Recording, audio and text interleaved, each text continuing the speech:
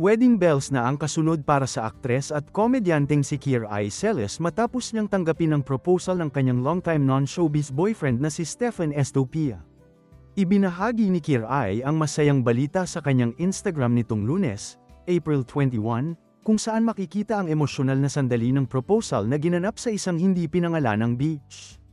Sa mga larawang ipinost, makikita si Stephen na lumuhad habang iniaalok ang isang diamond ring kay Kier-ai, na hindi napigil ang maging emosyonal sa tagpong yun.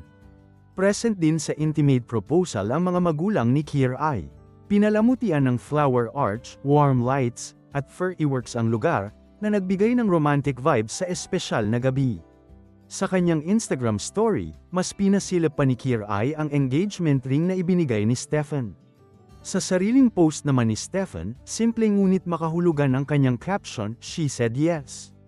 Taong 2019 nang isa publiko ni Kier-ai ang kanilang relasyon. Noon pa man ay inilarawan na niya si Stephen bilang ang tamang tao para sa kanya.